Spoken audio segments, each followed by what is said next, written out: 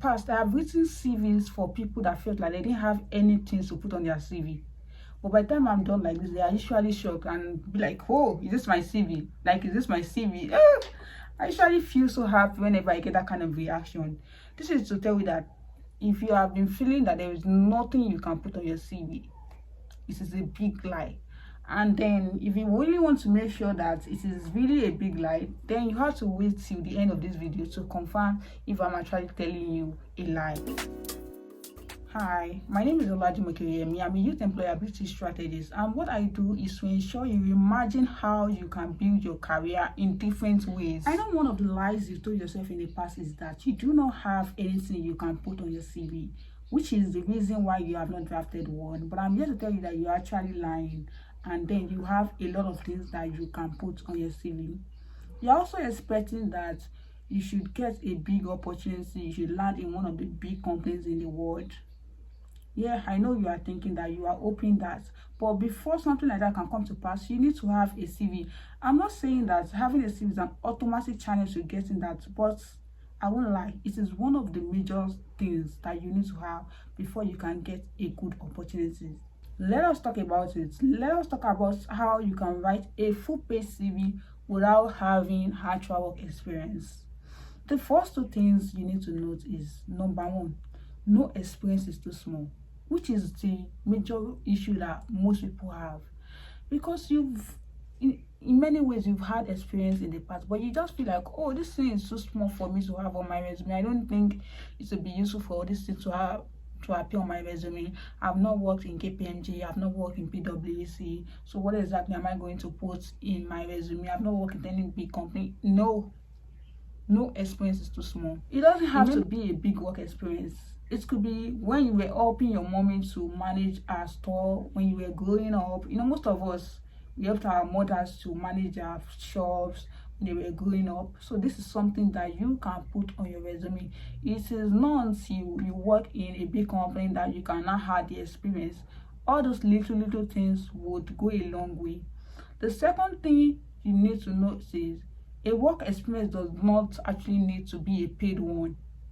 It is not until you get money from it you can consider it a work experience. One thing I normally tell people that volunteer with me is that if you want to use your role, right, that you are currently performing for me under work experience, you are free to do that. You can use under work experience. You may not use it under what volunteer experience. You can use it what under work experience. So if you are working with companies if you are working with organizations that you volunteered for, just ask them, can you put it under work experience? In fact, you can even ask them beforehand if it is something you can add under your work experience, instead of maybe considering that particular role as what a volunteer role. Now I'll be talking about the different sections you can have on your CV to make it worthy enough for different applications. First thing is your personal information section. This is where you have information relating to your name, your first name and last name, and you have your address. I encourage you not to put a very detailed address. You can just add the state you reside and the country. Sometimes if you might not need to add the state you reside, just put only your country, especially with international opportunity you are targeting. Then you have your email address. Make sure you use a professional email address that is probably your name, and if it is not your name, it's something that sounds sensible, not like all those about to go username or Facebook username is something, all those kind of things. You don't need to use that. In this personal information section, you can also add your LinkedIn profile. You can add the link to your LinkedIn profile on that part. Sometimes your CV cannot contain all the information in the whole world, so if you want them to see other things that you've done in your life, you can add your LinkedIn profile to your personal information section. But if you know that your link is not properly updated, it is not well optimized, you may just exclude it. You don't need to put it. It is not a must. The second thing is your career objective or professional summary section. Well, I just usually encourage people to add this, especially if you don't have a lot of things that you can add on your resume, or if you want to use that career objective to communicate something worth noting. That is when you should add this. But if you don't really have a lot of things to take, you can use that particular section to also take take up certain space in your CV. So you can just write 3 to 4 or 5 lines of values, who you are, what you want them to know you for, right? The values you are bringing on, but something that will just communicate something worth noting about. It's not every time you have to like add it, especially if you have other things that you can add on your CV. And when you are writing this section, make sure you are not writing the way everybody will write their own section. Don't say something like, I'm a hardworking undergraduate. Nobody cares about that. Write something substantial, maybe a data-driven professional with over 3 years of working experience of driving, revenue, things like that. Just make sure you are communicating values when you are writing the section. If you know that you are not going to communicate values, make sure you don't put the section there. You don't need to put it. Write something substantial, something worth noting, something that will make them see in a different and better light. Theory, work experience. This is one of the most important sections of your CV, and I know that this is a section that most people usually have issue with, especially people without any actual work experience. But remember what I said in the beginning of my video, that there is no experience that is too small. You have to be very humble. There are days of what humble beginning. Just leverage what you have. Remember when you were helping your daddy to manage his business. Remember when you were acting like your daddy's PA. Remember when you were helping your mommy to manage her business. Remember that time maybe when you graduated from secondary school that you went to go and teach for a few period.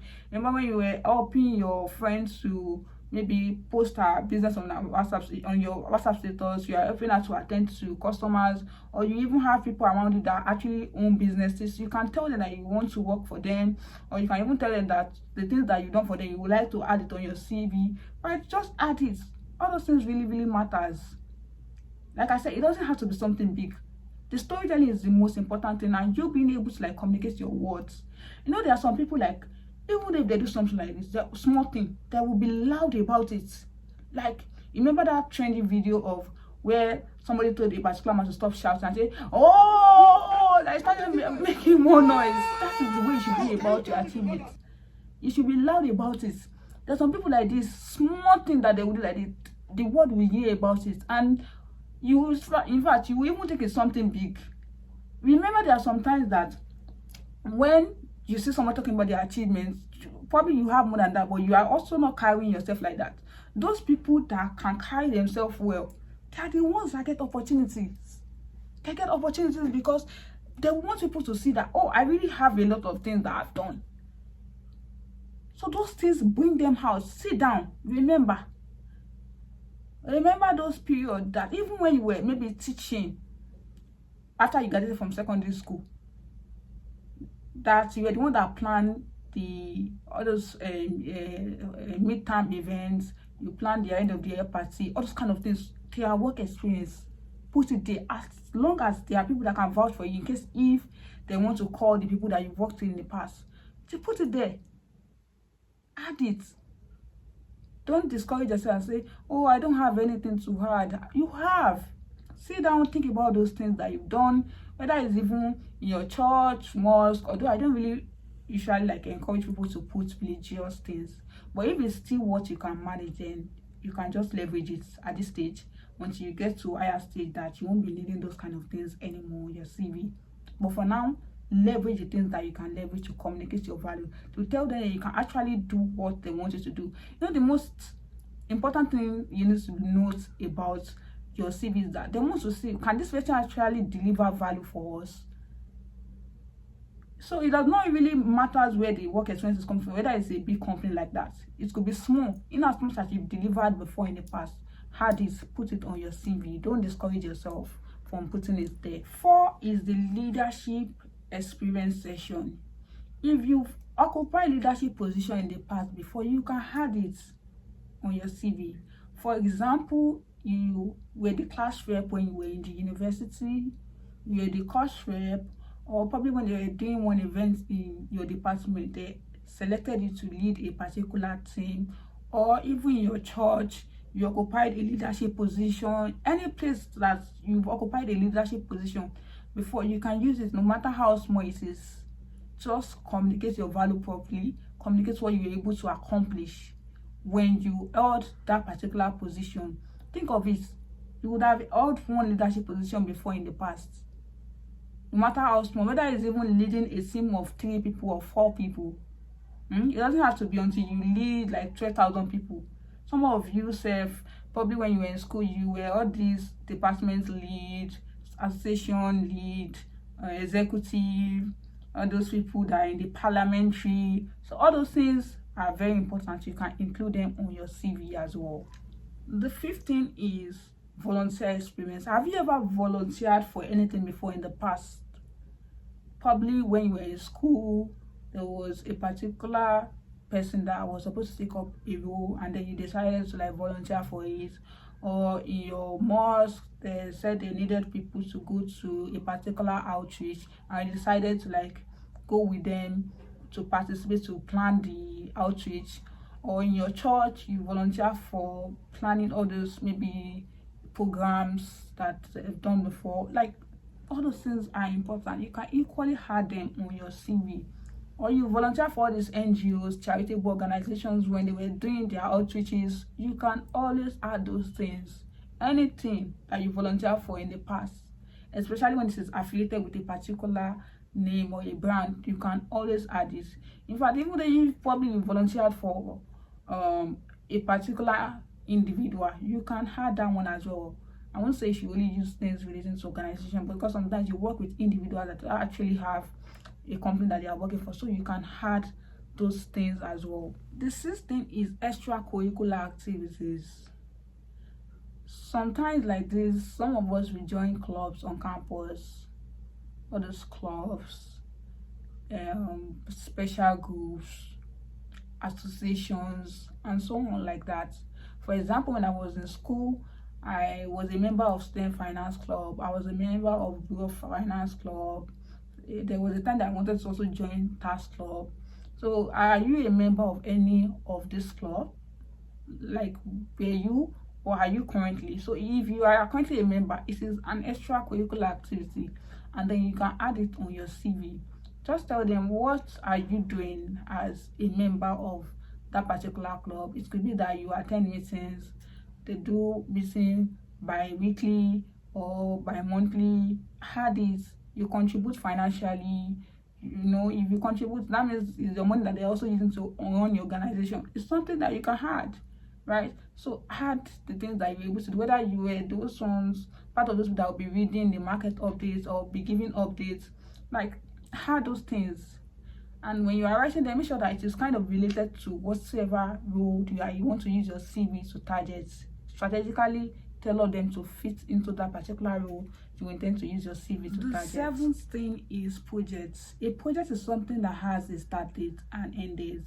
If you're involved in any project before, whether group presentation, for example, when I was in school, I participated in a group presentation, right, where they asked us to present accounting standard, one of the accounting standards. And I remember we did it for like a period. I can't really remember the length of time, the timeline, but we prepared together. We also prepared PowerPoint, we did the presentation, and then we were graded. Something like that, you can add it on your CV. Communicate that you were a member of maybe 6 people. You were the, in fact, you can also communicate maybe you took a strategic role while like handling that particular project with your team, right? This could also be project that you started on your own, maybe a personal project. For example, you did outreach on your own with a group of people, or probably you participated in another project, right? So in all, it could be a personal project, a group project, it could be external project, right? In as much as it is something that can communicate that you've done something worth noting.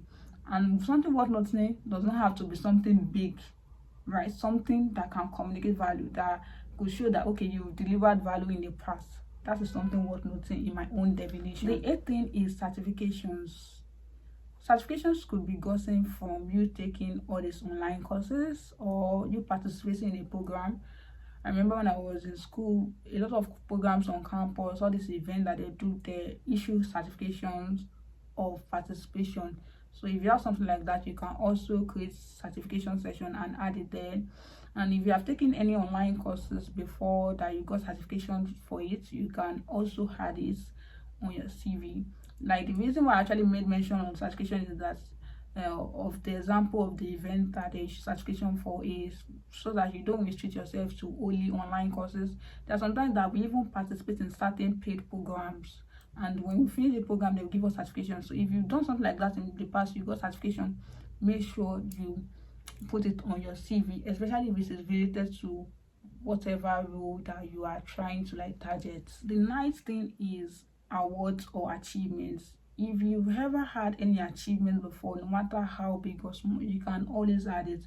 For example, maybe you won the most charismatic female students in your department or in your school at large. Yeah, you can add something like that, or any other academics related award that does not really sound like all this social award. Sometimes you can put social awards, you can put it, but just make sure that it still sounds professional, like it is professional in the way it sounds. You don't have to like add all the awards that you got in the past, especially if it's not really like related to careers or academics, right? But there are some awards that are more academic sounding than other awards. So if you have those kind of awards, you can also like add it, or any other type of achievements. Maybe you did a particular test and you score 100 over 100, or you did a particular course, you score 100 over 100, or you won the best student in a particular course in your school, or probably you won all those scholarships. You know, there are some people that actually won scholarships maybe when they were in school, like all these NNPC scholarships. Like if you won those kind of scholarship before, you can add it under your achievements or award section on your CV. Then we have the education section. This is where you communicate the school, your course, your qualifications, and then probably if you have any relevant courses that you would like to include that are very important for that particular role that you are trying to target, you can also like add that. You can also include your grade points here. You can include it first class, second class, and you know most of the times all the job description they will tell you the grade point that you need to have to apply for that particular role, and most of the times it's usually first class and second class upper. So if you do not miss any of the grade requirements, please do not add your grade. This is not to tell you that you have not done well. You've done well, you've done your best, but don't just add it just to like disqualify yourself, right? Sometimes if they did not see, they might not think about it that you didn't meet up with that, but once you had it, even though if you have like other things like that, they might not really want to really consider that, right? So if you do not meet up with the grade points, you can exclude it, unless if they tell you that you must have your grade points on your CV, then you should add it. Just focus on making sure that the other part of your CV really shines, that it communicates value, that they can even decide to overlook your grade points if you do not meet up with the required grade points. The final thing which I'll be talking about is the skills section, which is very, very important. This is where you get to list the things that you can do. There are different kind of skills that you can list under the skills section. You have the technical skills. The technical skills are those skills that without them you cannot even occupy that particular role. It's just like you want to be a financial analyst and you don't know how to do financial analyst. So you don't know how to do financial analysis, or you don't know how to do financial planning, all those kind of things, right? So all those skills that are very important to the role that you want to occupy, they are your technical skills, and they don't have to be related to maybe like software, right? Another section under the skill section that you can add is tools/software. This is where you get to list the software that you can use, like Microsoft Word, Microsoft Excel, PowerPoint, all those kind of tools, Canva, right? If you can use those kind of tools, add them. And I tell you sometimes like this, even if you cannot use those tools, you can still add them. Why? Because you can easily like learn them, right? It's very important that you should even know those basic tools like Microsoft Word, Excel, and PowerPoint. They are very important because most job description they usually add them. Another thing under the skill section is the soft skills. These are like those skills that are very important to you working with you also performing your duties, right? So this is where you get to list skills like collaboration, teamwork, leadership, right? Depending on what is in the job description, you can add soft skills relating to what they have in the job description, right? Just to butter your application, is to butter it, put butter in the bread. I have mentioned more than 11 sections, but one thing you need to notice is that you don't have to have all the sections on your CV, because if you have them, there will be too much. So you can strategically select the ones that should be there. For example, the personal information part is important, your education section is important, work experience is important. You see the leadership experience, volunteer experience, or extracurricular activities, something that you can just pick one of the three and then use it for the session to communicate other things that you've done aside from actual work experience, right? And then we have the skills session. Sometimes you can also have the certification session, right? This is why you also have your LinkedIn, because you cannot add everything on your CV, but you can add a lot of things on your LinkedIn profile. So if you don't have your LinkedIn, you might need to also create that. I think in my next video I would make a video on how you can create a great LinkedIn profile that would communicate value to your prospective audience. If you benefited from watching this video, make sure you like, subscribe, drop a comment, and if you have any other thing that you want me to talk about in my next video, you can always drop it in the comment section, and you can always reach out to me on my other social media platform. My Instagram is Deolajimoke, same thing for my TikTok, right? You can also check me out on LinkedIn, Deolajimoke. So subscribe, share, like, and drop a comment. See you in my next video. Bye.